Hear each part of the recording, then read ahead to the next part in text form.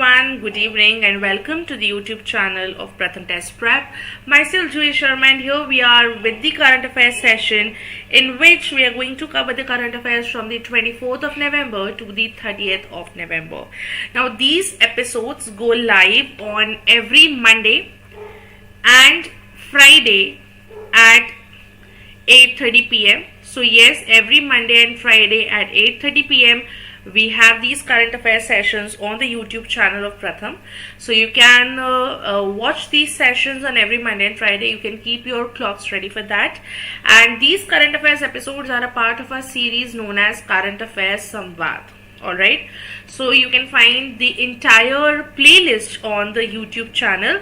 So make sure you subscribe to the channel, and yes, without wasting too much of a time, let's quickly see the first news of the day. But before that, let's see the quote of the day. And the quote for today is: the secret of getting ahead is getting started. It is as simple as that. If you need to move ahead in life, you have to start at least from somewhere, and that is the quote for today for you all. Now moving further to the first news we have is about Indian Constitution Day. Now Indian Constitution Day is a day which is observed every year on the 26th of November. Every year on the 26th of November, this Indian Constitution Day is observed. And on this day, actually, in the year 1950, our Constitution came into force, right? We formally adopted our Constitution, and it actually came into force in the year 1950. 26th January 1950, our Constitution came into force. 26th of November 1949, we actually adopted the Indian Constitution. So you have to be very specific when they ask you, when did the Indian Constitution came into force? It was 1950, 26th January. When the Constituent Assembly of India adopted the Constitution, they adopted it on 26th of November 1949. Why we waited for 2 months? The reason is that in the year 1930, actually, we declared 26th January as our first Independence Day in the Lahore session of INC. But as we all know, we didn't got independence in the year 1930. So to mark that particular date, 26th January 1930, so to mark that date, 26th January, we actually waited for 2 months, and we marked this day in the history of India as our Republic Day. Okay. Now this was notified in the year 2015.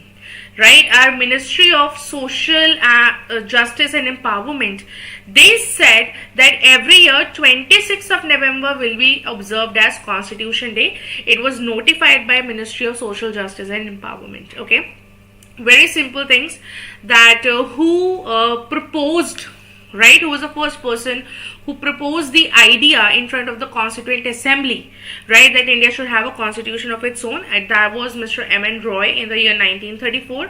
Constitution of India was formed by the Constituent Assembly. The father of our Indian Constitution is Dr. Bhimrao Ambedkar.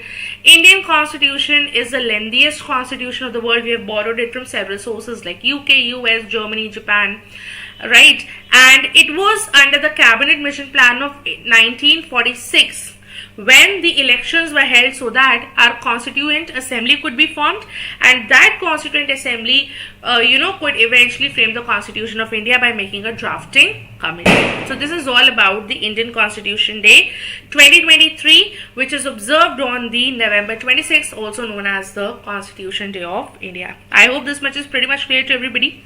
Now moving further to the next news, we have the world's first 3D printed temple. As you can see here in the picture, that the world's first 3D printed temple has been unveiled in the state of Telangana. Okay, it is the Charvith Meadows, which is a gated villa community in the Siddipet, Telangana, right?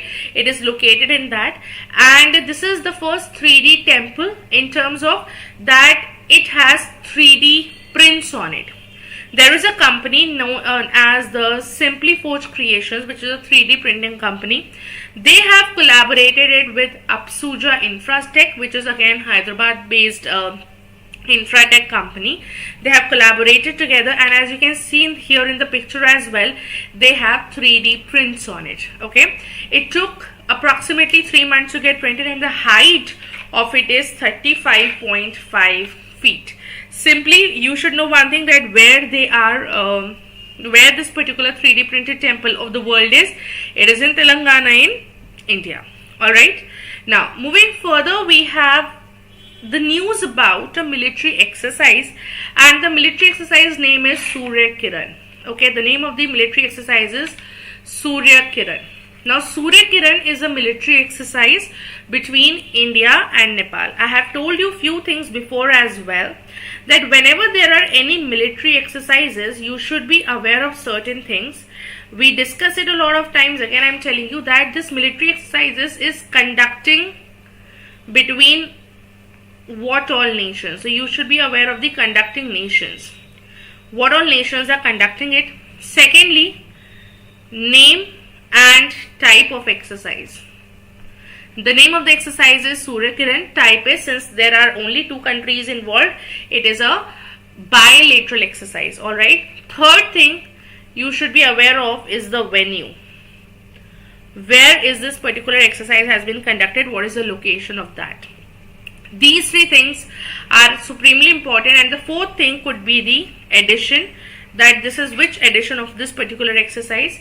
Now, coming back to Surya Kiran. Surya Kiran is what kind of an exercise? It is a bilateral exercise between India and Nepal. Which edition? 17th edition. Okay, and where it is being conducted? It will commence on the it had already been commenced on the 24th of November in Pithoragarh, which is in Uttarakhand. Okay, so the Nepal Army contingent and the Indian Army contingent, the Kumaon regiment, basically they participated in this military exercise. Okay, now Surya Kiran 16th, the last edition of it, it took place in Saljandi, which is in Nepal, and it is a annual or biannual exercise. 2011 में आपका start हुआ था. Alternatively होता है, एक साल India में होता है, एक साल आपका नेपाल में होता है. This is how this exercise gets conducted. Moving further to the next news, which is from the business and economy world, and it is about appointment that has been made in FICCI, which is Federation of Indian Chambers of Commerce and Industry, right? Federation of Indian Chambers of Commerce and Industry. So this is what FICCI stands for. And Anish Shah, do not get confused with Amit Shah. Anish Shah has been appointed as the chairman of FICCI. Okay, and in a recent meeting, this was announced. He has succeeded whom? He has succeeded Subrakant Panda. Okay, and Anish Shah, he was earlier the senior VP of FICCI. He was also the Group C of the Mahindra Group, MD of M&M, which is Mahindra and Mahindra, the parent company of Mahindra Group, right? So Anish Shah has been appointed as the president of FICCI now. Where are the headquarters of FICCI? Pretty easy. The headquarters are in New Delhi, and it was founded in the year 1927. So all the the trade association, the advocacy group, which are based in India, the non-governmental trade association and the advocacy group are a part of FICCI. So this is what basically FICCI is. Now, moving further, we have a very important news, especially for law entrances. You should be aware of the first woman judge in the Supreme Court, and the name of the person was Fatima Bibi. Okay, Fatima Bibi was a judge in the Supreme Court, the first woman judge. She has recently passed away at the age of 96. Okay, so Justice Fatima Bibi, the first woman judge that has ever been appointed in the Supreme Court, has passed away, and she was born in 1927, right, in Travancore, which is Kerala. At that particular point of time, that was a province, but now it is Kerala. Okay, she was the person in the year 1950, soon after we got independent. She was a person who topped the Bar Council of India exam. Alright, and from there she began her career in the Kerala judiciary, the lower judiciary in Kerala. She began her career. 1989, she became the first female judge to be a part of the Supreme Court, and the first Muslim woman to be appointed in any level of the higher judiciary in the country. इनसे पहले कोई भी Muslim women जो थी वो ऐसा higher judiciary level में appoint नहीं हुई थी. इनसे पहले सुप्रीम कोर्ट ऑफ इंडिया में कोई भी जज women नहीं थी. I'm not talking about CJI, I'm talking about the other judges. So as of now, हमारे सुप्रीम कोर्ट में क्या है, एक चीफ जस्टिस ऑफ इंडिया है which is Mr. D.Y. Chanchun, who also happens to be the 50th CJI of India. But apart from him, there are 33 other judges. So in India, never ever has it happened that any women judge Supreme Court CJI has been appointed. But yes, there were a few women who were in the other judges category, not the Chief Justice. She was one of those women, the first women actually who started that. Alright. Now we know that Supreme Court of India is the highest judicial court of India, the final court of appeal, which is there in the Constitution of India. Right. And the Supreme Court came in the year 1950 actually, and it is in New Delhi. Alright. Now moving further, we have the next news, which is about the largest tiger reserve. Yes, we know that we are talking about tigers a lot. So the largest tiger reserve of India is located in MP. We know that MP is a state having maximum number of tiger population. India का जो largest tiger population है मध्य प्रदेश में है. India is one of the top 3 countries which have the tiger population, highest tiger population. Damo is a district जहां पर आपका एक latest largest tiger reserve बना है, right, which is India's largest tiger reserve. Damo is in Madhya Pradesh. Okay, so this is actually the central government, the union government, they issued a notification wherein they approved. So a proposal was sent basically to merge the Noradohi sanctuary and the Rani Durgavati sanctuary, both in the Damo district. So both these sanctuaries have been merged now, and with this it becomes the largest tiger reserve to be there in India, which is in Madhya Pradesh. Okay, this huge tiger sanctuary, since both of them have been merged, is of 2300 square kilometers. Okay, and this will be centered around the Jabera area of the Damo district, right? It is in the Bundelkhand region, and this is has a lot of potential future possibilities wherein the tiger population would definitely rise. Alright, moving on to the next news, we have Khelo India Para Games. So Khelo India Para Games, we know the Union Sports Minister, Union Youth Affairs and Sports Minister is Anurag Singh Thakur, and India में पहली बार आपका हो रहा है para games, खेलो India para games 2023. New Delhi में इसका event होगा, right. Mascot is the sparrow, जिसका नाम उन्होंने दिया है Ujjwala.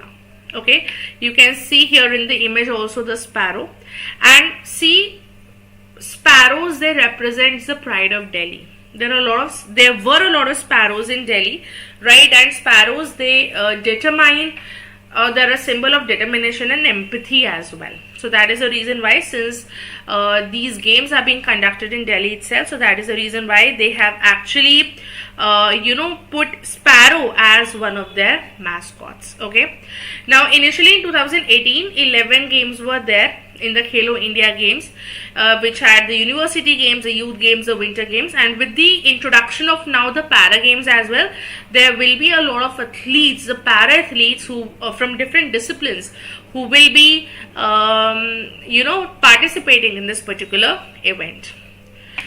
Now the next news we have is about the Booker Prize. Now we know that Booker Prize is an annual prize which is given, which is published in the UK and Ireland region. Okay, it is one of the leading literary awards in the English language. Okay, so make sure that it is you are aware that English language or English speaking world, Booker Prize is one of the leading literary awards over there. It is basically given in the UK and Ireland. Alright, and Irish author Paul Lynch, right, he has won the 2023 Booker Prize for his novel Prophet Song. Okay, Prophet Song was the name of the novel, written by, authored by Paul Lynch, and he has won the 2023 Booker Prize. Now, Booker Prize is one of the highest literary award in the English speaking community, in the English speaking world, right? Earlier, it was known as the Booker McConnell Prize from 1969 to 2001. Later on, the name has been changed to Man Booker Prize from 2002 to 2019, right? And the very first time it was awarded in the year 1969 itself, right? Now it is known only by the name of Booker Prize. 2022 Booker Prize was awarded to Srihan Karunatilaka for his novel The Seven Moons of Mali Elmita. Okay, so this is what you should be aware of, and with this we have covered all the important news that had happened from the 24th to the 30th of November. Thank you so much guys for staying tuned. Make sure to like this video, make sure to subscribe to Pratham Test Prep's YouTube channel if you haven't done already, and I shall be meeting you super soon in the next video session that we will conduct on Monday. Till then, take care guys, bye bye, stay safe, keep learning, keep revising, and all the very best for your upcoming law entrances.